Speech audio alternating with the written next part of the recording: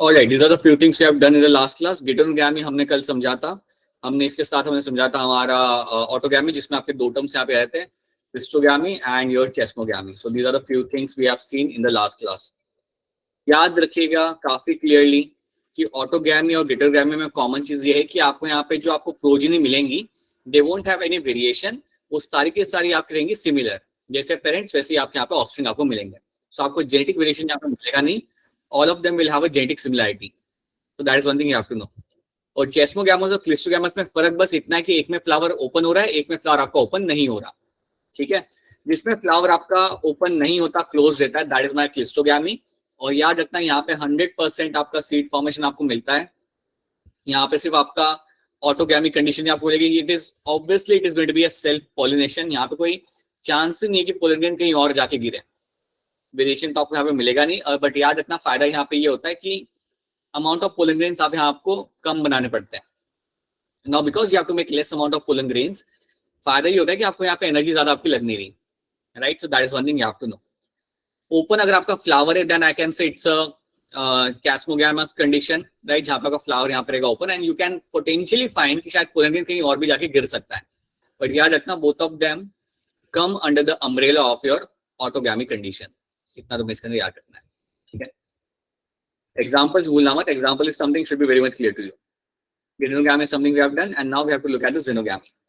Now xenogamy is in a true sense your cross pollination. So basically it is a cross pollination in a true sense. So I can clearly say it's a cross pollination in a true sense. क्यों true sense? Because you have an involvement of your two plants. यहाँ पे आपके two separate plants are involved. You have a two separate plants are getting involved over here. So those separate plant आपके यहाँ involve होते हैं, right. और आपका flower में से आपको पोलन निकलेगा, it will go and sit on another flower of another plant. So अगर मैं आपको यहाँ पे पिक्चर देख के यहाँ पे आपको बताऊं, so it's a very simple process. In your xenogamy क्या हो रहा है यहाँ पे आपका, you have plant 1 and you have another plant over here, right. So आपका प्लांट नंबर 2 है, दूसरा प्लांट है कहीं और कहीं दूर खड़ा होगा ये. सो पोलन ग्रेन आपके यहाँ पे एंथर में से निकलेंगे, they will go and sit on the stigma of another flower of another plant.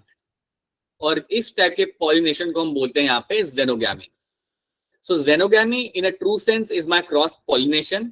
और जब xenogamy आपका यहाँ पे होगा तो याद रखना, in this condition you will always get to see variation in the population. ऐसी कंडीशन में आपको हमेशा वेरिएशन मिलता है देखने के लिए पॉपुलेशन के अंदर. So you will always get to see कि आपके जो प्रोजेनी यहाँ पे बनेंगे उनके अंदर आपको वेरिएशन मिलेगा, because it is actually a cross pollination in a true sense.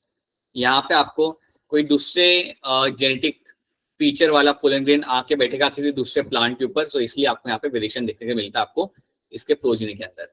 xenogamy is a very simple term. यहाँ पे आपके दो सेपरेट प्लांट यहाँ पे इन्वॉल्व होंगे. एक फ्लावर में से आपका पोलन ग्रेन अगर आपका निकल जाए, it will go and sit on the another flower of another plant.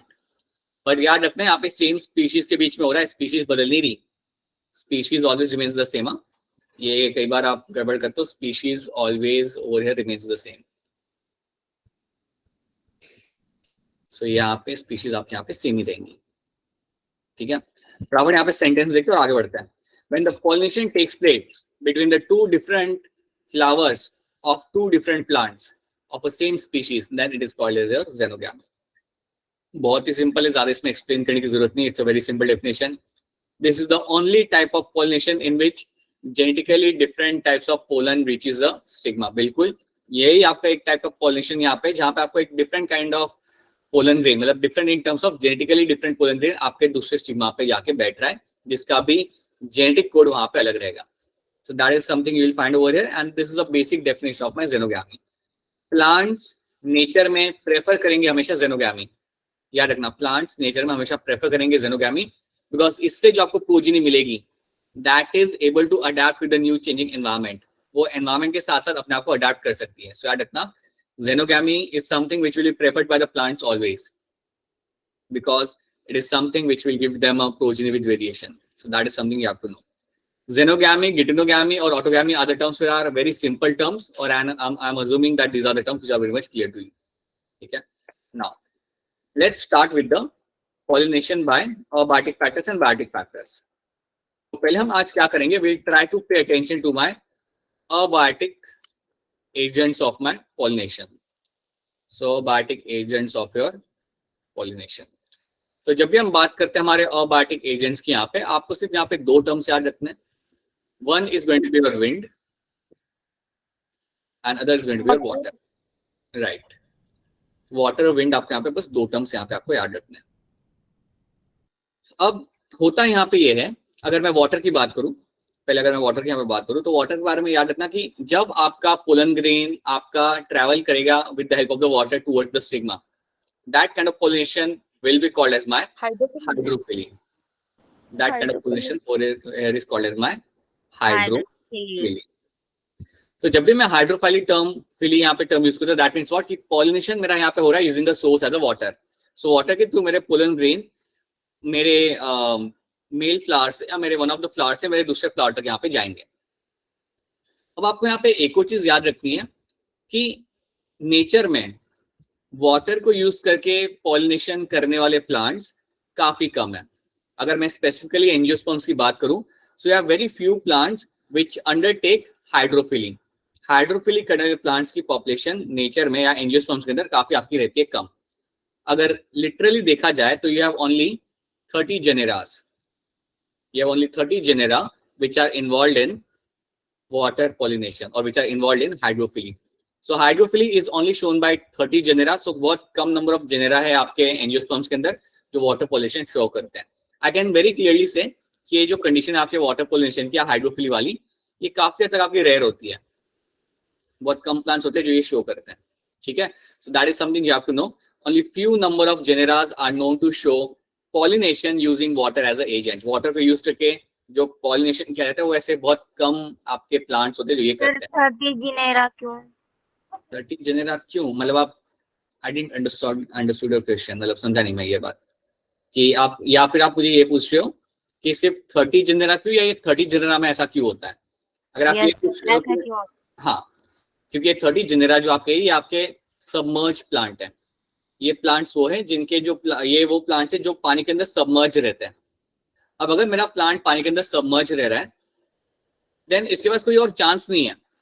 अगर इसको अपनी पॉपुलेशन बढ़ानी है, देन इसको पॉलिनेशन करना पड़ेगा. और पॉलिनेशन करने के लिए ना ही इसको विंड हेल्प कर सकता है यहाँ पे, ना ही कोई इसको एनिमल या कोई इंसेक्ट यहाँ पे हेल्प कर सकता है. आप सोचो ना, अगर एक पानी के अंदर अगर एक प्लांट ग्रो कर रहा है, वो सबमर्ज है पूरा, उसने कभी सनलाइट देखी ही नहीं पानी के बाहर आके या सरफेस पे आके, then that plant will have to depend on this kind of way of pollination. So कई सारे plants होते हैं जो आपको मिलेंगे at the bottom of the floor of the water. So उनके अंदर जब pollination होता है, so it is always going to be by hydrophily. ठीक है? हाँ, ये क्वेश्चन आ सकता है कि यार इन प्लांट्स को फिर वहां पे ये लोग क्यों रह रहे हैं, इनको ऊपर आके रहना चाहिए अगर ऐसा है तो. द थिंग इज ना, एक चीज याद रखना, एक इकोसिस्टम के अंदर, एक फॉरेस्ट के अंदर या एक पॉन्ड के अंदर, कोई भी आप इकोसिस्टम लो, जहां पे भी आपको कंपटीशन कम मिलता है ना, वहां पे कोई ना कोई स्पीशीज जाके अपने आप को ऑक्यूपाई करेगी. ये याद रखना. तो कई सारे ये जो 30 जेनेरास जो मेरे है, ये जो मेरे सबमर्ज प्लांट हैं, इन्होंने प्लांट के बॉटम वाले एरिया को या जो डेप्थ होता है पानी का, उसको उन्होंने ऑक्यूपाई किया. वहां पे लोग रहते हैं और इसका फायदा ये होता है कि they are not competing with other plants which are on the surface. So they are able to grow over there very proficiently. And along with that, मुझे यहाँ पे ये देखने को मिलता है कि they have adapted themselves after several thousands of years. They have adapted themselves to live and survive over there. ठीक है? तो ये इसलिए you have this few plants over there which are seen as a showing the hydrophily, and their majority of them are going to be submerged plant. Majority of them will be my submerged plant. ठीक है? तो ये चीज आपको यहाँ पे याद रखनी है. Then similarly you have one more term, pollination happening with the help of the wind. इसमें जो आपका टर्म आता है वो आपका यहाँ पे होता है एनिमोफिली. इसमें जो आपका यहाँ पे टर्म आएगा, दैट इज योर एनिमोफिली.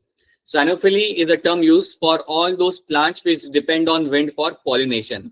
मेरे जितने भी प्लांट्स होते हैं जो विंड पे डिपेंड करते हैं मेरे पॉलिनेशन के लिए, you call them as a anemophily type of my pollination, या एनिमोफिलस प्लांट्स हम उन्हें यहाँ पे बोल सकते हैं. तो इसकी तरफ हम थोड़ा ध्यान देंगे, विंड की तरफ हम यहाँ पे ध्यान देते हैं, या हम देखते हैं थोड़ा ध्यान देंगे हम लोग हमारे एनिमोफिलस प्लांट्स के ऊपर, and will try to see their character. एक चीज याद रखना, पॉलिनेशन वाले पार्ट में से आपके बहुत क्वेश्चन बनते हैं, इसमें से आपके काफी ज्यादा क्वेश्चन बनते हैं, इसलिए आपको एक एक चीज यहाँ पे काफी क्लियरली मालूम होनी चाहिए. So let's try to pay attention to those things. ठीक है? let's directly jump into anemophilia and let's try to understand few things over here, right? So इसको यहाँ पे आप इसको this is something you can know. Now let's start with the anemophilia over here. So first thing, pollination by wind. That's the first thing you know. Over here, the pollination is happening via wind. So pollination with the help of your wind. तो पहले हम बात करेंगे यहाँ पे pollen grain के बारे में. So let's talk about the pollen grain of anemophilas plant. So जो मेरे प्लांट्स होंगे जो विंड पे डिपेंड करते हैं मेरे पॉलिनेशन के लिए, so let's talk about their pollen grain. तो अगर मैं उनका पोलन लाइट वेट होना चाहिए. हाँ जी बोलिए, वापस से बोलिएगा, क्या करें आप? So pollen grain light weight होना चाहिए, नॉन स्टिकी होना चाहिए. राइट, वही हम यहाँ पे देखेंगे. So the pollen grain should be dry, it should be light in weight, it should be light in weight and should be small in size. अगर मैं कह रहा हूं कि ये ड्राई होना चाहिए, so that itself means कि ये स्टिकी नहीं होना चाहिए, right? So these are the few things I need to have in my pollen grain. अब आपको ये pollen grain में आपको ये बेसिकली आपको मिलेगा देखने के लिए सारे प्लांट्स के अंदर जो विंड पे डिपेंड करते हैं for the pollination. They will be dry, light in weight and will be small in size. एक और चीज याद रखना, pollen grain are being produced in an abundant amount. They are produced, this pollen grain are being produced in abundant amount. बहुत ज्यादा amount में इनको बनाया जाता है, ये चीज भी आपने भूलनी नहीं है. This pollen grain are been form in a very huge amount. अब क्योंकि इनको बहुत ज्यादा अमाउंट में यहाँ पे आप बनाते हो, तो यहाँ पे लॉस का भी नुकसान काफी ज्यादा रहता है. I try to tell you over here one thing. See, यहाँ पे समझो अगर आप 1000 पोलन ग्रेन बना रहे हो, 1000 में से 4-5 होंगे जो स्टिग्मा तक पहुंच पाएंगे, बाकी सारे कहीं और जाके गिरेंगे जहां पे उनका कोई काम ही नहीं है. कुछ लोग गलत डायरेक्शन में चले जाएंगे क्योंकि विंड के ऊपर ही वो बेस्ड है, विंड के ऊपर ही सब कुछ डिपेंड करता है. कुछ लोग ऐसे फ्लावर पे जाएंगे जो उनके स्पीशीज को बिलोंग नहीं करते हैं. तो याद रखना, एनेमोफिलस प्लांट के अंदर pollen loss is very high. Pollen loss is very high in anemophilous plants. Plants जो डिपेंड करते हैं विंड के ऊपर फॉर पॉलिनेशन, उनके पोलन ग्रेन का नुकसान काफी ज्यादा होता है. मतलब 1000 में से like 90 of the pollen grain are not even 90. 1000 में से like around 900 and 950 pollen grain तो आपके डेस्टिनेशन पे पहुंचते ही नहीं है, वो वैसे ही आपके कहीं ना कहीं खो जाते हैं. तो ये भी चीज याद रखना कि पोलन लॉस यहाँ पे काफी ज्यादा होता है. And they are produce, that's why they are produce in a very huge amount. So that's one thing you have to know. उसके बाद अगर मैं बात करता हूँ फ्लावर्स की, इन दीज प्लांट्स, तो आपको यहाँ पे याद रखना है कि यहाँ पे जो आपके फ्लावर होंगे, दे will be small, they won't have any color. So आपको कलर यहाँ पे ज्यादा देखने के लिए आपको मिलेगा नहीं. So coloration you don't get to see in those kind of plants. There will be no nectar formation. यहाँ पे आपका nectar formation कुछ होगा नहीं, ना ही यहाँ पे होगा कुछ आपका fragrance. So no fragrance will be seen. So ना ही आपको यहाँ पे कोई nectar formation मिल जाए, fragrance आपके फ्लावर में नहीं होगी, ना ही फ्लावर का कोई एक पर्टिकुलर आपको स्पेशल कोई कलर मिलेगा. यहाँ पे आप ये बात समझे कि यहाँ पे हम विंड पे डिपेंड कर रहे हैं पॉलिनेशन के लिए, हमें किसी एनिमल को अट्रैक्ट नहीं करना, इसलिए फ्लावर ये सब करने में अपना वक्त और एनर्जी जाया नहीं करता. So the flower will never have colour, nectar और fragrance in my anemophilous plant. तो ये एक और टर्म आपको यहाँ पे, this is also one of the character which you have to remember, that they won't have any kind of those things in my anemophilous plants. Now after this I will talk about something in terms of my stigma. Stigma जो आपको यहाँ पे मिलेगा, stigma जो आपको मिलता है इन plants के अंदर which depends on wind as for pollination, इनका जो स्टिग्मा होगा that is going to be feathery. This is going to be feathery and long. तो काफी फेदरी होगा ये, लॉन्ग होगा, एंड याद रखना it is also going to be sticky in nature. So sticky, feathery and long, ये कुछ traits है जो आपको याद रखने हैं in terms of my stigma. अब इसका फायदा क्या होता है? इसका फायदा ये होता है, ऐसे स्टिग्मा होने का फायदा ये कि ये ट्रैप कर सकता है मेरे पोलन ग्रेन को. तो ये चीज रखना, जैसे कि आप यहाँ पे देखोगे यहाँ पे, so you have a stigma over here, और यहाँ पे जो आपको जो स्टिग्मा यहाँ पे होगा, इसका बेसिकली यहाँ पे काम क्या होगा, that stigma over here which is going to be a feathery one, ये आराम से मेरे पोलन ग्रेन को पकड़ सकता है. मेरे पोलन ग्रेन एयर में घूमते घूमते वहां तक पहुंचेंगे, उनको ट्रैप करेगा, और एक बार पोलन ग्रेन को ट्रैप करता है, देन आपका फिर पोलन ट्यूब फॉर्मेशन आपको यहाँ पे हो सकता है. तो याद रखिएगा आपके एनिमोफिलस प्लांट्स के अंदर आपके जो स्टिग्मा होगा वो आपका होगा यहाँ पे feathery, long and sticky. So these are the few traits you get to see in the stigma over there. So that is one thing you have to know. उसी तरीके से मैं यहाँ पे बात कर सकता हूं मेरे स्टेमेन की. सिमिलरली, हाँ जी, कौन है जो क्लास में लेट आया आज? I can also talk about something like your stamen. जब मैं स्टेमेन की यहाँ पे बात करूंगा तो याद रखना, stamen over here is going to be long and well exposed. Stamen जो आपके यहाँ पे it will be long and going to be well exposed. अब इसका फायदा क्या होता है? अगर आपका स्टेमन और वेल एक्सपोज्ड है यहाँ पे, देन फायदा ये होगा कि आप पोलन ग्रेन को काफी इजीली एयर के अंदर रिलीज कर सकते हो. तो अगर आप यहाँ पे देखो, ये जो टेसल यहाँ पे लिखा हुआ है, तो यहाँ पे बेसिकली आपको स्टेमन मिलेंगे. सॉरी, यहाँ पे बेसिकली आपको देखने मिलेंगे आपके स्टेमन. सो यहाँ पे जितने भी आपको स्टेमन यहाँ पे मिलेंगे देखने के लिए, वो इतने अच्छे से वेल एक्सपोज्ड है कि यहाँ से पोलन ग्रेन को आप काफी इजीली हवा में रिलीज कर सकते हो. And now those pollen grain can travel from point A to point B and possibly they will reach their destination which is going to be stigma. तो ये दो पॉइंट्स आपको याद रखने. स्टिग्मा फेदरी, लॉन्ग और स्टिकी होता है. Stamen जो मेरा यहाँ पे रहेगा, it will be long and very well exposed. उसका रीजन क्या रहता है कि उसका ये करने का रीजन क्या है. आफ्टर दैट हम यहाँ पे बात कर सकते हैं हमारे ओवरी की.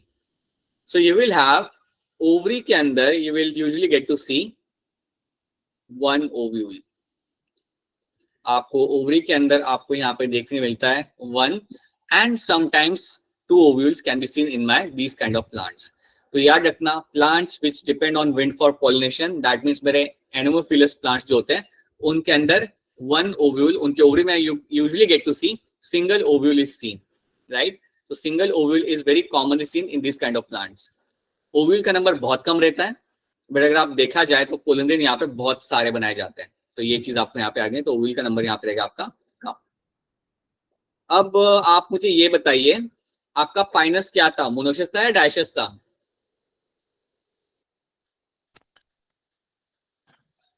याद करिए पाइनस आपके घर में प्लांट है. हाँ, right, it was my monoecious plant. ठीक है, अब एक चीज याद रखना. हाँ जी, पाइनस जो आपके यहाँ पे प्लांट रहेगा ना, this plant is someone which is going to be having the winged pollen grain. इसके बाद आपको मिलेगा देखने के लिए विंग्ड पोलन ग्रेन. अब विंग्ड पोलन ग्रेन का यहाँ पे मतलब क्या होता है? अगर आप इसका शेप देखते हो इन पोलन ग्रेन का, तो उनका शेप कुछ ऐसा होगा. ऐसा कुछ शेप होता है इन पोलन ग्रेन का and they are very light in weight. अब विंग्ड पोलन ग्रेन का रीजन क्या है, या इवोल्यूशन ने इसको ऐसा शेप क्यों दिया है? It has a aerodynamic advantage. In pollen grain को एक एरोडायनामिक एडवांटेज मिलता है. इसका मतलब यह है कि हवा में काफी इजिली तैर के जा सकते हैं. विंग्ड पोलन ग्रेन मतलब क्या? ये हवा में काफी इजिली आपके फ्लोट करते हुए आपके आगे तक जा सकते हैं. और देखा गया है कि जिम्नोस्पर्म्स के अंदर, जैसे पाइनस आपका यहाँ पे एग्जांपल हो गया, विंग्ड पोलन ग्रेन आपको 50-50 किलोमीटर दूर भी आपको देखने को मिली है from the point of origin. वहां से 50-50 किलोमीटर तो वो लोग दूर ट्रैवल करके गए अलॉन्ग विद द विंड. सो याद रखना, विंग्ड पोलन ग्रेन कभी आपके सामने टर्म आएगा, क्योंकि ऑलरेडी 2 बार वो लोग पूछ चुके हैं पिछले 6 साल के अंदर. तो याद रखना, that is something which will be coming with the term of my pinus. Pinus के पोलन ग्रेन यहाँ पे रहते हैं winged. So that is one thing you have to no.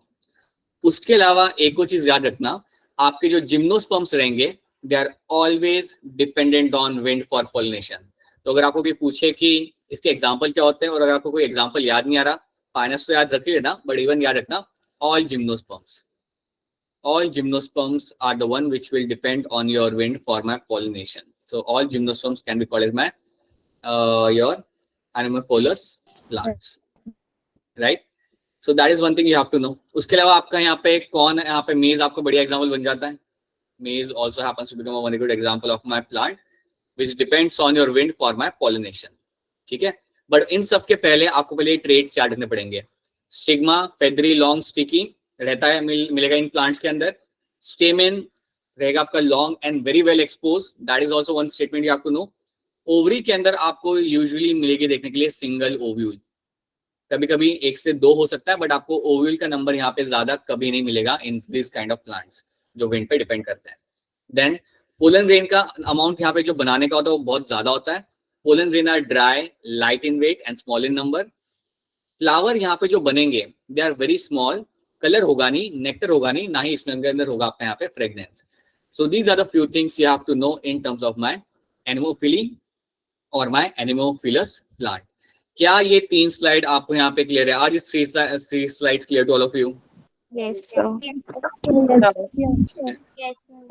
No, so these are few things you have to know. अब यहाँ पे कुछ statements देके रखी हुई है। नाउ आई वुड रिकमेंड कि आप ये स्टेटमेंट्स एक बार घर जाके खुद से पढ़ लेना, राइट? घर जाके मतलब just read it by yourself later on, क्योंकि हम ऑलरेडी डिस्कस कर चुके हैं, ठीक है? They are all the statement जो मैंने बोली थी आपको, ये सारी यहाँ पे डिस्कस करी हुई है, so you can have a look at them later, ठीक है? सो यहाँ पे ये चीज ये मैं दिखा देता हूँ आपको। They often pose a well exposed स्टेमन so that the pollen are easily dispersed into the wind। ये मैंने आपको बताया था, उसके एक्सपोज स्टेमन रहते हैं ताकि आप इजीली विंड के अंदर पोलन को रिलीज कर सकते हो। Anemophilis flower are neither attractive nor they have any fragrance. They do not have nectar glands। बता चुका मैं ऑलरेडी आपको ये।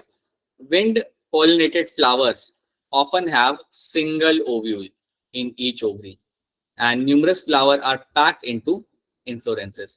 हाँ, ये चीज याद रख लेना कि यहाँ पे क्योंकि आपके फ्लावर्स काफी स्मॉल होते हैं, तो यहाँ पे करा ये जाता है कि आप बहुत सारे फ्लावर्स को इकट्ठा करते हो and you make them as a single inflorescence.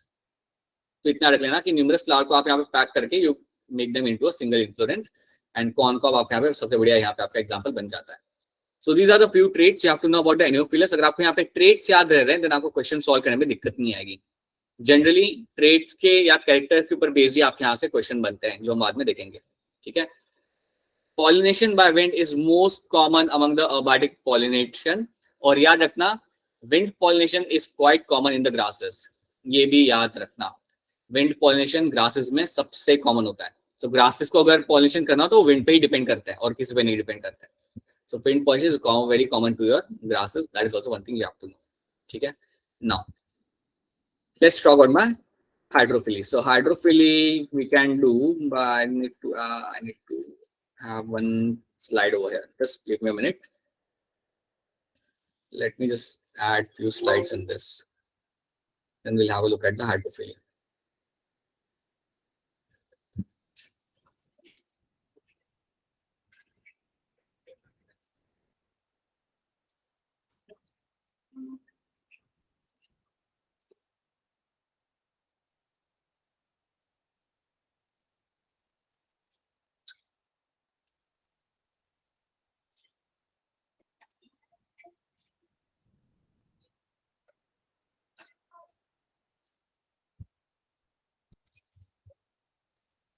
Alright, slide दिख रही है सबको यहाँ पे? Yes, sir. Yes, sir. because at times so switch करने पे कई बार दिक्कत आती है, ठीक है? So now let's have a look at the hydrophily वाली condition। So let's try to talk about the hydrophily। अब हाइड्रोफिली की जब मैं यहाँ पे बात करूंगा तो सबसे पहले आपको यहाँ पे बताना चाहूंगा कुछ एग्जाम्पल जो यहाँ पे आपके एक्सेप्शंस हैं। मुझे ये बताओ वो कौन सा प्लांट था जिसे हम कहते हैं टेरर ऑफ बंगाल, उसका नाम क्या था? Water hyacinth। Water hyacinth. Water hyacinth। बिल्कुल सही, सबका आंसर ये water hyacinth was that particular plant. India का नेशनल प्लांट कौन सा होता है? नेशनल फ्लावर कौन सा होता है? Lotus। Right, Lotus। Lotus, Lotus। right? And then you have something like your water lily, ठीक है? हाइड्रोफिली मुझे कितने जेनेरा के अंदर मुझे देखने के लिए मिलेगा? How many genera are going to show the hydrophily? 30 genera। Right, 30 genera are going to show the hydrophily. अब एक चीज आप यहाँ पे याद रखना कि मैंने जो आपके सामने 3 एग्जांपल लिखे हैं, वाटर हाइसिंथ, लोटस और वाटर लिली के, यहाँ पे ये तीनों मेरे पानी में ग्रो करने वाले यहाँ पे प्लांट्स हैं। तीनों पानी के अंदर ग्रो करते हैं। They are all my aquatic plants, but याद रखिएगा they do not depend on water for the pollination. Water hyacinth, lotus and water lily do not depend on water for pollination, rather I should say they depend on your insect and wind। तो ये तीनों के तीनों मेरे यहाँ पे जो plants हैं ये इंसेक्ट एंड विंड पे डिपेंड करते हैं फॉर द पॉलिनेशन। मतलब ये लोग अपने पोलन ग्रेन को पानी में डालते नहीं है, इनके पोलन ग्रेन पानी के साथ ट्रेवल करके स्टिग्मा तक नहीं जाते। बेसिकली इंसेक्ट आएगा, इनसे पोलन ग्रेन लेगा और वो लेके जाएगा दूसरे फीमेल प्लांट तक। कभी आप नोटिस करना लोटस भी सरफेस पे होता है, वाटर हाइसिंथ भी आपने देखा था वो भी आपका सरफेस पे होता है, और वाटर लिली भी आपका सरफेस के ऊपर होता है। तो इसलिए इंसेक्ट और विंड यहाँ पे पोलन ग्रेन को करते हैं पॉलिनेट।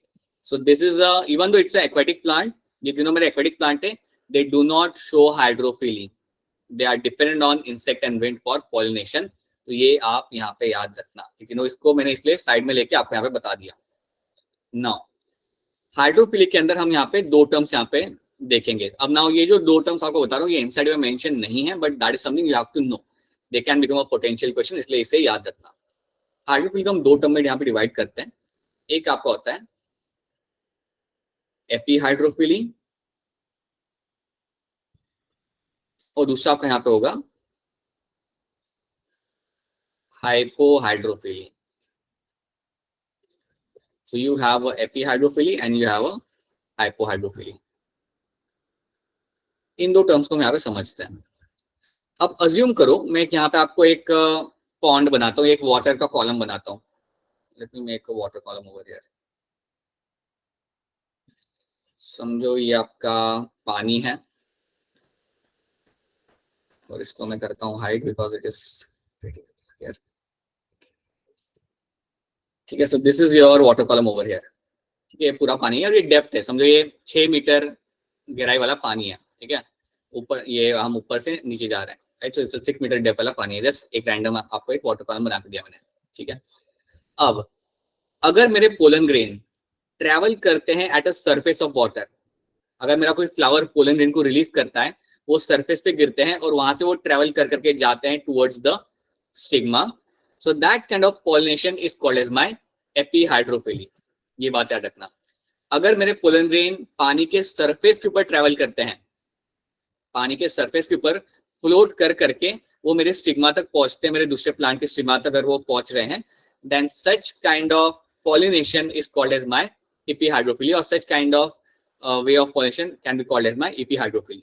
So epihydrophily के अंदर याद रखना आपके पोलन ग्रेन ट्रैवल करेंगे on the surface of the water. So that is something you have to know. ये आपके वाटर के सरफेस पे यहाँ पे ट्रैवल करता है. So that's one thing. Hypohydrophily में क्या होगा? हाइपोहाइड्रोफिली के अंदर pollen grain will travel inside the water. पानी के अंदर बिल्कुल जैसे वो स्कूबा डाइविंग करते हैं ना लोग, वैसे वो अपना पानी के अंदर they will be traveling inside the water and now they will reach towards their destination, that will be stigma. Right? So अगर मेरे pollen grain travel करते हैं inside the water और they travel getting submerged into the water, ये surface पे नहीं, ये पानी के अंदर travel कर रहे हैं, such kind of hydrophily is called as my, such kind of transport of pollination can be called as my hypohydrophily. तो ये दो terms आपको यहाँ पे याद रखने हैं. What is hypohydrophily and what is epihydrophily? EP में याद रखना पोलन ग्रेन पानी के सरफेस पे ट्रैवल करेगा, हाइपो में पानी के अंदर सबमर्ज होकर ट्रैवल करेगा मेरा pollen grain. So these are the two things you have to know about the epi and hypohydrophily. क्या इतना आपको यहाँ पे समझ आ रहा है? Is this part clear to all of you? Yes, sir. Yes, sir. और ये जो गोल गोल बना है ये मेरे पोलन ग्रेन है. सो क्योंकि बाद में ये तुम स्लाइड देखोगे तो तुम्हें शायद समझना है. So this is a pollen grain and this is also your pollen grain. दोनों पोलन ग्रेन है मेरे यहाँ पे. राइट, सो अभी हम देखते हैं यहाँ पे एपीहाइड्रोफिली को हम थोड़ा यहाँ पे समझते हैं. तो एपीहाइड्रोफिली का यहाँ पे जो मेरा एग्जांपल आएगा that is my वेलिसिनेरिया. So Vallisneria, हाँ जी बेटा बोलिए. ओके, एक और एग्जांपल बोलिए. And Hydrilla, very good. So Vallisneria and Hydrilla are the two example of my epihydrophily. So let's try to see them. इनको हम थोड़ा यहाँ पे देखते हैं कि इनमें होता क्या है. So let's try to understand the story of vallisneria. इसको हम यहाँ पे समझते हैं, इसकी स्टोरी को. So again, I'll just quickly make a water column over here. So you have a water column. अच्छा, किसको मालूम है क्या पानी के अंदर एल्गे ग्रो करता है और कौन सा एल्गे आपका पानी के डेप्थ में ग्रो करता है? In the depth of the ocean कौन सा एल्गे ग्रो करता है? Anyone can tell me that? Red algae. Very good. That's the right answer. Red algae goes in the depth of the Red ocean. algae. बहुत good. Yes. All of you are right. अच्छी बात है. Plant kingdom याद है आप लोगों को? बहुत बढ़िया. ठीक है. So assume that this is my plant over here. ये मेरा यहाँ पे प्लांट है और ये है मेरा female plant. I'll just write F over here. This is my female plant. अब याद रखना vallisneria is a unisexual plant. Vallisneria is my unisexual plant यहाँ पे होता है. सो उसका हम यहाँ पे एग्जांपल दे रहे हैं. और यहाँ पे है मेरा, that's a very good thing. If you people have a grip on your 11th ना, that's a very good thing. You can actually कभी अगर तुम्हें असाइनमेंट्स कम मिले या अगर समझो क्वेश्चन सॉल्व करेगा तुम्हारे पास टाइम बचता है, देन टाइम निकाल के 11 के भी क्वेश्चन सॉल्व करा करो. तो क्या रहेगा आपको सब ग्रिप रहेगा. So and that will be very helpful for you to get a very good score in biology. And assume that this is my male plant. Now let's understand one thing over here. मेरा जो female plant यहाँ पे है वेलिसिनेरिया का, वो यहाँ पे अभी कॉइल करके नीचे बैठा हुआ है. याद रखना इसका जो पेडिकल होता है वो काफी लॉन्ग होता है. So you have a very long pedicel in your female plant. This female plant का जो पेडिसल होता है वो काफी लॉन्ग होता है. So in the female plant this pedicel is known to be quite long. But अभी वो हमने करके रखा हुआ है यहाँ पे कॉइल, लेकिन क्योंकि अब यहाँ पे वो नीचे पानी में सबमर्ज होकर बैठा हुआ है, so that's why it is going to be coil. अब होता क्या है किसी कंडीशन के अंदर, जब प्लांट डिसाइड करता है कि यार हमें अब करना है रिप्रोडक्शन, हमें करना है और हमें हमारा पॉपुलेशन आगे बढ़ाना है, तो वो टाइम पे क्या होगा, I get to see that this plant will get on to the surface. यही मेरा प्लांट जो है मेरा सर्फेस के ऊपर आ जाएगा. So now this plant, female plant, will be on to the surface. ये सर्फेस पे आके खड़ा हो जाएगा. और ये इसलिए हो पाया because it has a very long pedicel over here. Because it has a very long pedicel, इसलिए ये सर्फेस के ऊपर आ पाया. That is one thing you will find happening कि मेरा जो प्लांट है वो सर्फेस के ऊपर आ गया. आप जानते हो कि मेरा जो प्लांट है यहाँ पे जो सर्फेस पे आया है उसके ऊपर होगा, यहाँ पे देखने के लिए मिलेगा आपको, यहाँ पे you will have your carpel और your pistil will be present.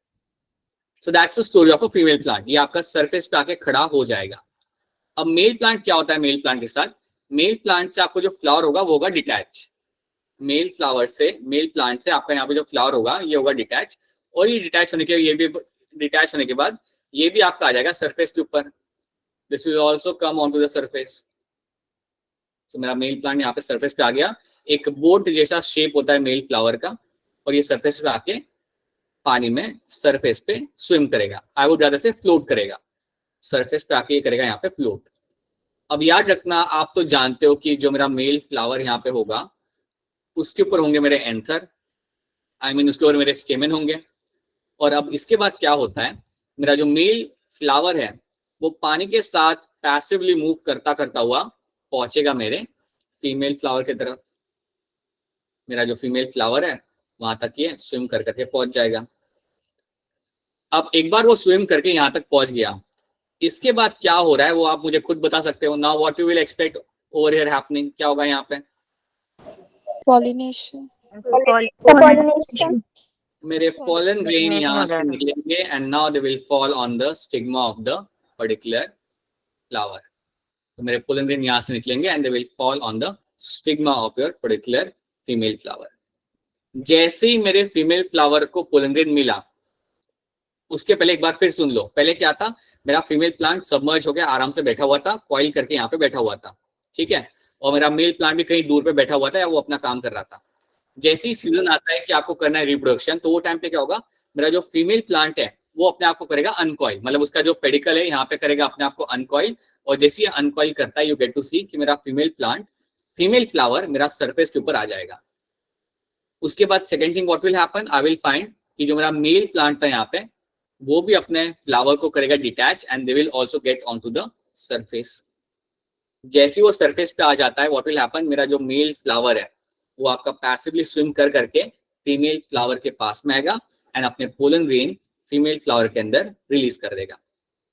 जैसे ही मेरे पोलन ग्रेन यहाँ पे आ जाते हैं, जैसे ही मेरे पोलन ग्रेन फीमेल प्लांट के बाद आते हैं, उसके बाद मेरा फीमेल प्लांट वापस से अपने आप को रिकॉइल करके नीचे आ जाएगा. So again it will recoil itself and will get inside the water. So now it will recoil itself और वो वापस से पानी के अंदर आ जाएगा. So यहाँ पे क्या हुआ, यहाँ पे हुआ मेरा रिकॉइलिंग. यहाँ पे रिकॉइल किया और यहाँ पे हमने किया अनकॉइलिंग, ठीक है. तो यहाँ पे अनकॉइल करके हमने ऊपर भेजा उसे और रिकॉइल करके हमने उसे वापस नीचे ले आया. तो ये चीज आपको होती है, देखते हुए मिलेगी आपको. और this is what you find happening in my vallisneria. This is what you get to see happening in my वेलिसिनेरिया. So vallisneria के अंदर याद रखना कि आपका जो पॉलिनेशन यहाँ पे होगा, it will happen on the surface of the water.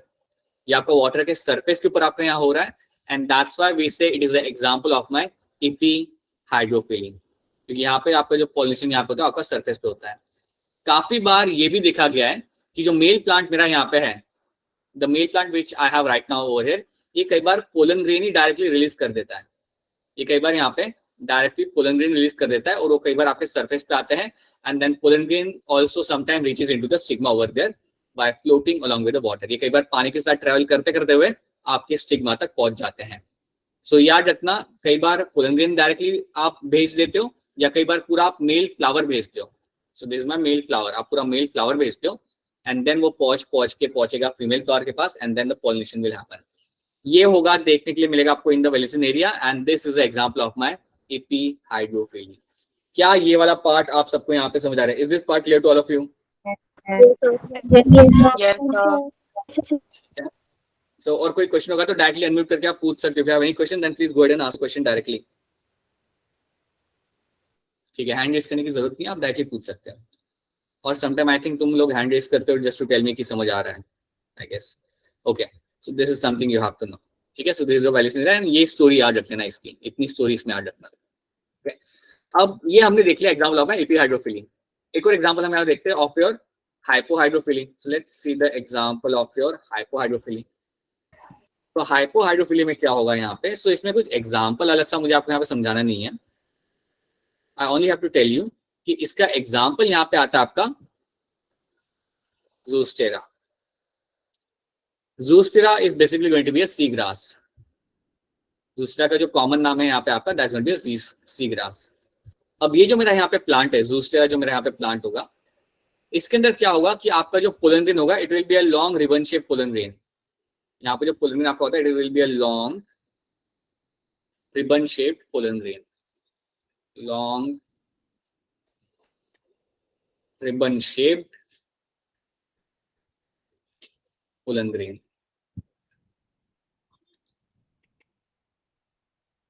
अब इसमें आपको एक और चीज याद रखनी है, मेरा जो पोलन ग्रेन यहाँ पे है ये कभी गीला नहीं होता, इवन दो ये पानी के अंदर रहेगा और पानी के अंदर सबमर्ज होकर ट्रैवल करेगा, it will never get wet and the reason for that is going to be it will have the mucilaginous covering.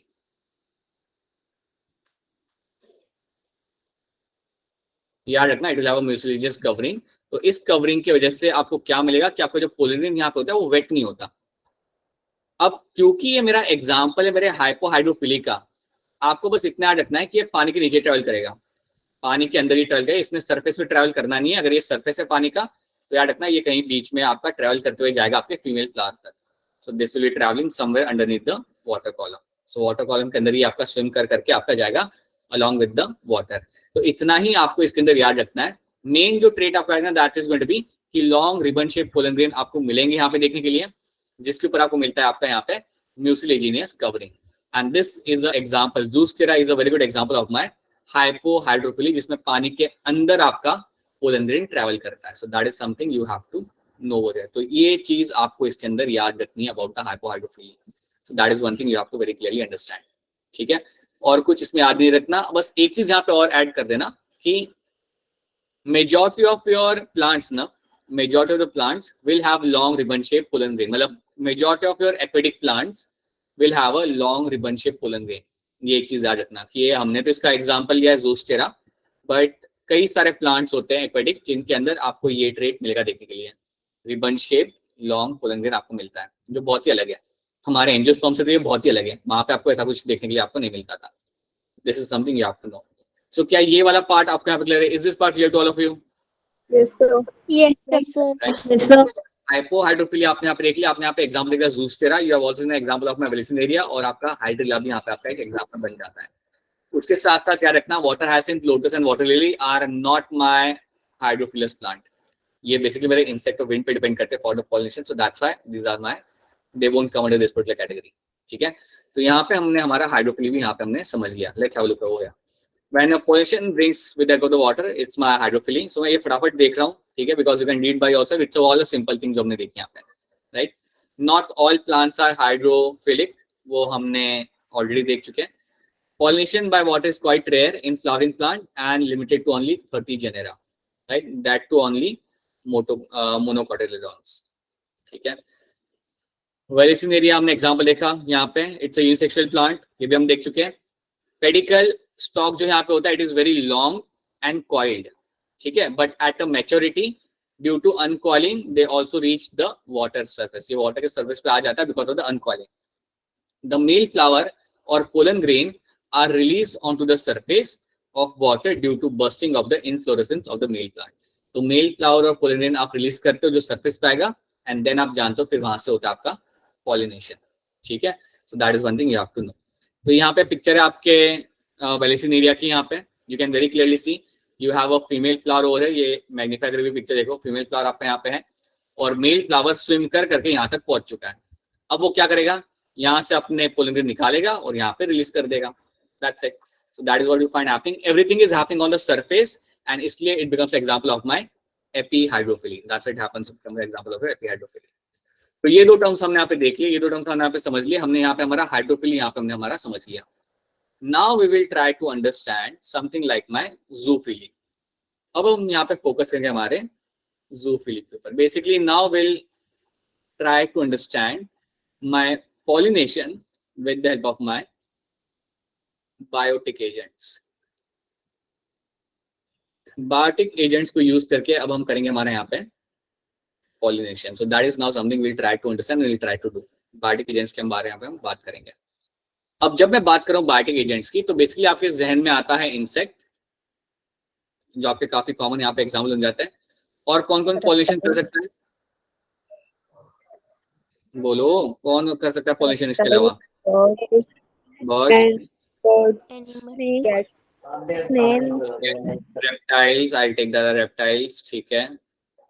And you can also find some mammals can also do that, जैसे बंदर, right? Monkey can do that pollination. You can also find your some rodents can also do that. गिलहरियां कर सकती है, गिलहरियां help कर सकती है pollination के लिए, ठीक है. So बहुत बड़ा ग्रुप है आपका यहाँ पे जो आपको पॉलिनेशन में आपके यहाँ पे मदद कर सकता है, right? So that is something you should know कि बायोटिक एजेंट्स में आपके बहुत सारे एग्जांपल आते हैं, बट आपका जो मेजर कंट्रीब्यूटर यहाँ पे है वो आपका यहाँ पे है इंसेक्ट. अब इंसेक्ट में भी जो एक मेजर आपका जो इंसेक्ट यहाँ पे आएगा which is dominant for my pollination, that is going to be your honey bee, right? Honey bee is a dominant species जिसकी वजह से आपका यहाँ पे pollination throughout the world आपको देखने के लिए मिलता है. कहा जाता है कि अगर आप हनी बी को एनवायरमेंट से अगर आप निकाल दो, you can have some severe consequences. You can have some severe consequence. कहा जाता है कि अगर आप एक स्पीशीज को अगर आप निकाल देते हो ना एनवायरमेंट के अंदर से, then you can have like you don't even realize what are the impact you can have on the environment. इसका एक बहुत बढ़िया एग्जांपल हुआ था चाइना के अंदर. I'll give you this example जो बहुत बढ़िया केस स्टडी है. केस स्टडी जो आपको, हाँ बेटा बोलिए. हनी बी की स्टोरी जी सुनाई थी मैं हमारे स्कूल की मैडम ने. ठीक है, मैं आपको किसी और की स्टोरी सुनाता हूँ. So assume that चाइना में क्या हुआ था.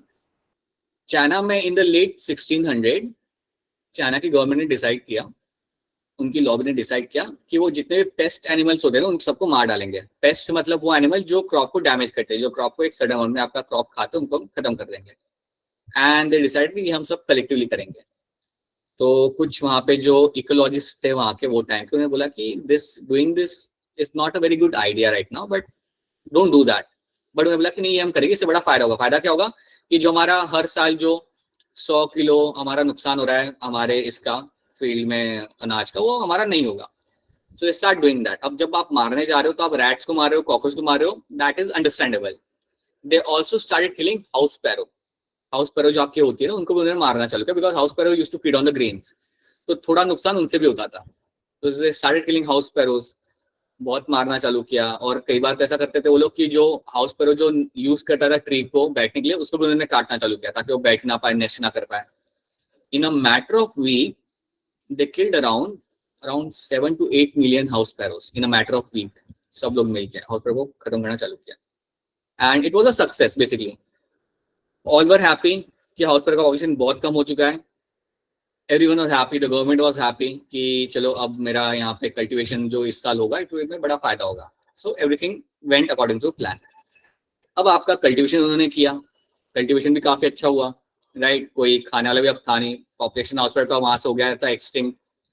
बट हुआ यहाँ पे ये कि जब आपने कल्टिवेशन किया और जब मॉनसून आया तो मॉनसून के साथ आया आपका एक इंसेक्ट जिसको हम कहते हैं लोकस्ट. अब जैसे ही लोकस्ट की पॉपुलेशन उस एरिया के अंदर आई, लोकस्ट की पॉपुलेशन को कंट्रोल करने के लिए वहां पे कोई भी बर्ड वहां पे था नहीं. तो बेसिकली आपका जो स्पैरो था वो कंट्रोल कर रहा था लोकस्ट की पॉपुलेशन को, और वो तो वहां से हो चुका था इंसेक्ट, वो तो वहां से हो चुका था extinct. So locust population started occupying that particular agriculture field, और उन्होंने अपने ये अनाज को लाइक डैमेज करना वहां पे चालू कर दिया. Started raiding the crops. अब जब उन्हें क्रॉप्स को रेड करना चालू किया तो crops were not able to grow. Obviously जब लोकस वहां पे क्रॉप को रेड करता है तो आपके क्रॉप्स ग्रो नहीं कर पाते हैं. अब फार्मर्स को होने लगा नुकसान. अब नुकसान किस एक्सटेंट का था आप ये समझो. after matter of like 2 seasons people didn't had anything to feed on. खाने के लिए उनके पास कुछ था नहीं, क्योंकि उस एरिया में वो लोग कुछ ग्रो कर ही नहीं पा रहे थे. They were not able to grow anything over there. Like condition इतनी खराब हो गई थी that जितने लोगों की डेथ हुई थी ना वहां पे, it was much more higher than the number of sparrows they killed. That was the condition which actually happened over there. And after few years, मतलब कंडीशन इतनी खराब हो गई that उनको बाहर से स्पैरोस लेके आनी पड़ी वहां पे रिलोकेट करने के लिए, कि वहां पे रिलोकेट हो जाए and it should be able to survive, it should be able to bring back the population of locusts to down. That was a condition which actually led to a huge amount of death in that particular area, in that particular time frame. That was a very good example of a case study that आपको मालूम नहीं कि एक species का क्या impact होता है ecosystem के ऊपर, आपने उसे निकाल दिया, आपका इकोसिस्टम पूरा कोलैप्स हो सकता है. So that is something they realized over there. So that was the story of China, which is a very good case study for any ecologist to understand that how it actually works. Okay? So that was one thing.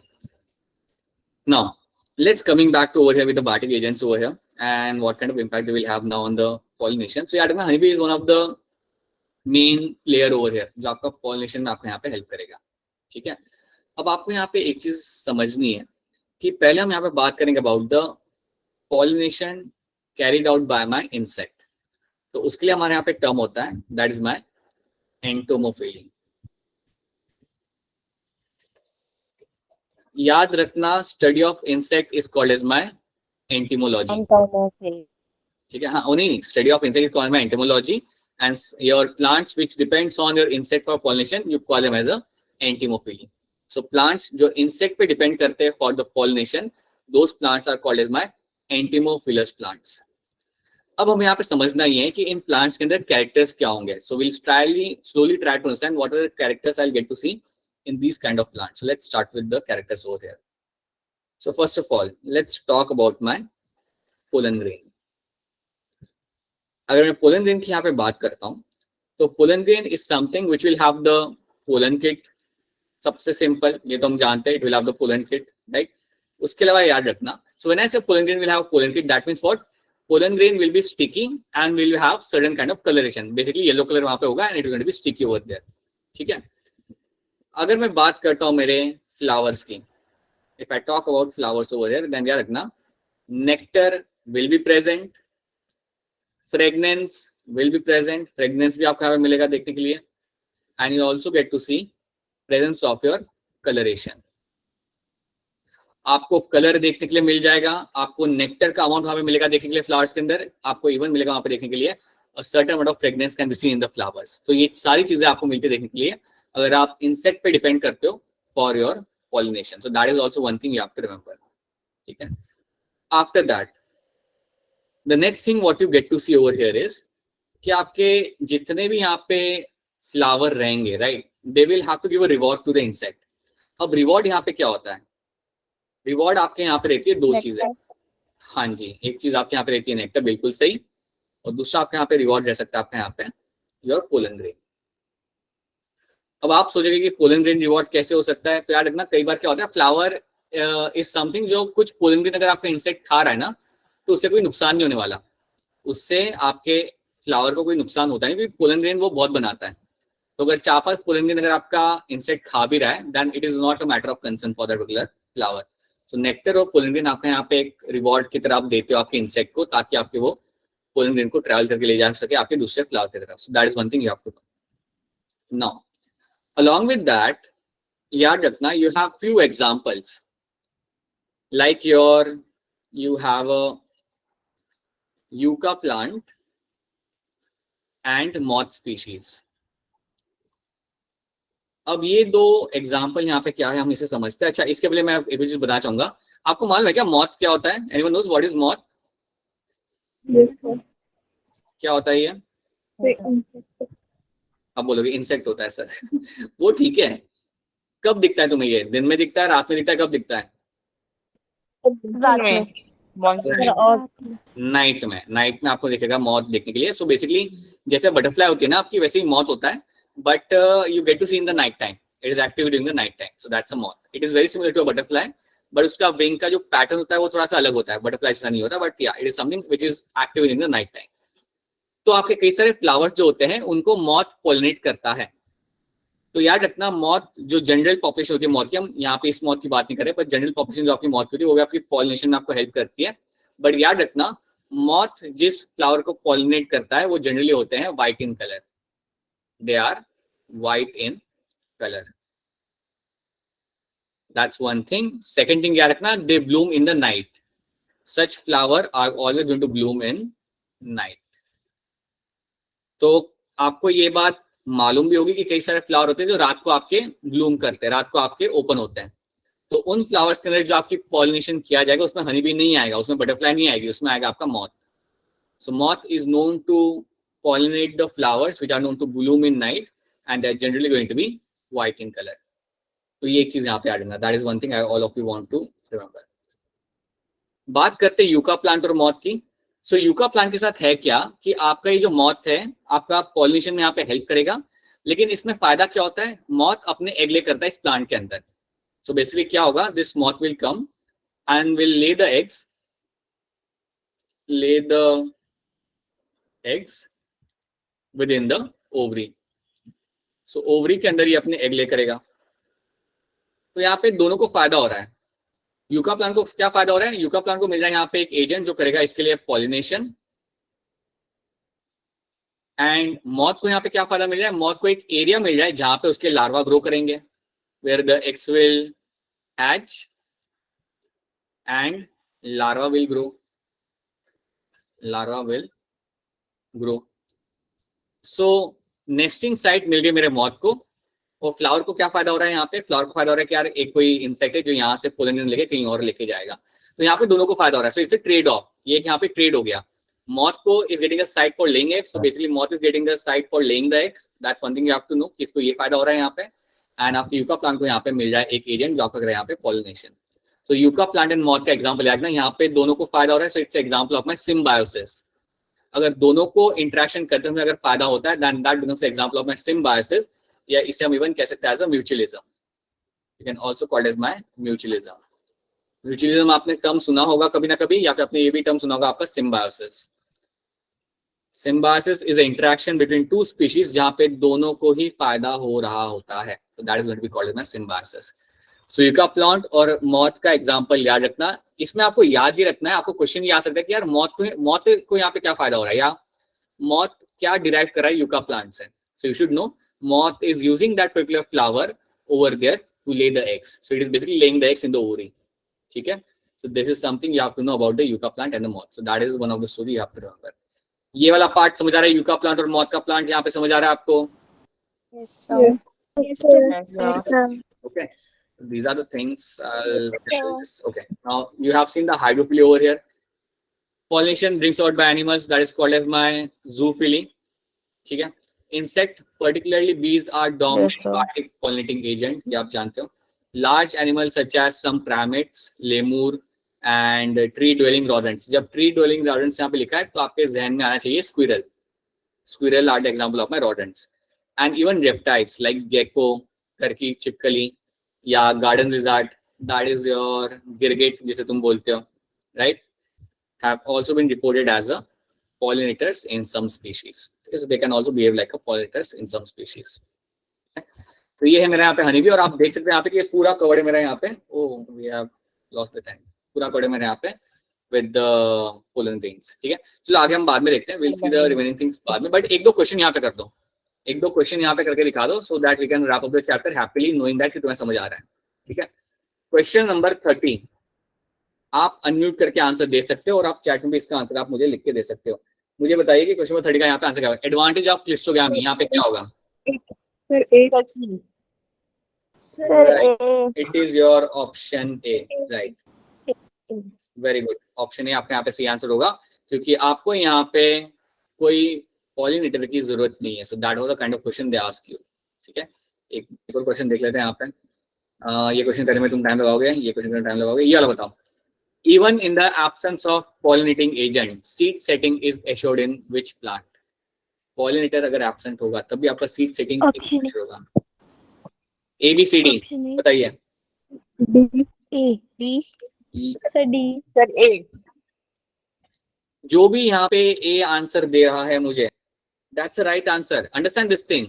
अगर आपका, सुनो ध्यान से question को, यहाँ पे ध्यान से समझो, even in the absence of pollinating agent seed setting यहाँ पे आपकी 100% होती है। अब हमने देखा है कि सीड सेटिंग 100% किसके अंदर हो रही थी?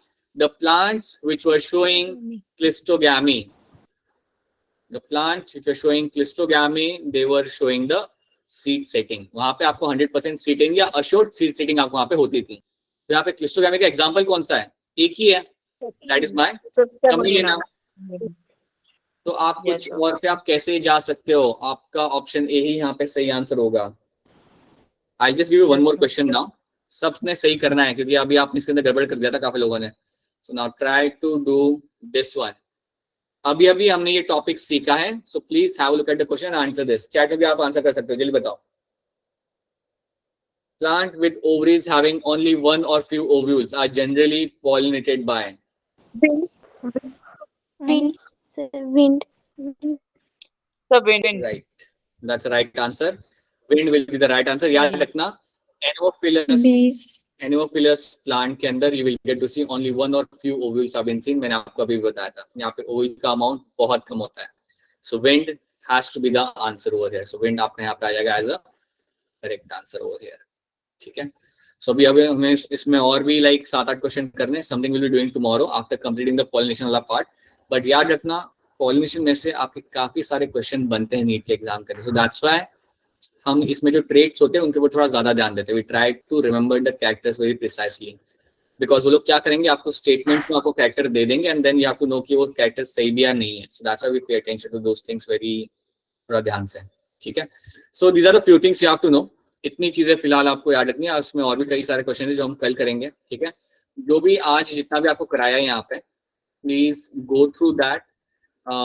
इतना कर लो कि आपका जो वाटर पोल्यूशन वाला जो स्टोरी है उतना आप यहाँ पे ध्यान से पढ़ के आप उसे समझ लो। इतना आप कर लेना, इतना समझ लेना। बाकी जूफिली वाला पार्ट तो हम कल भी वापस से देख सकते हैं अलॉन्ग विद द इंसेक्ट वाले पार्ट से को लेके, ठीक है। So do that. I try to give you some questions by the end of the day which won't be like too many questions, but still जितने भी होंगे पॉलिनेशन से रिलेटेड होंगे। So please do that, right. So yeah, now if you have any question, please go ahead and ask for questions. If you have any question based on the things we have done right now, then please ask. हाँ जी बेटा बोलिए, आप क्या कह रहे हो? आपकी आवाज कट रही है, काफी लोग की आपकी आवाज कट रही है।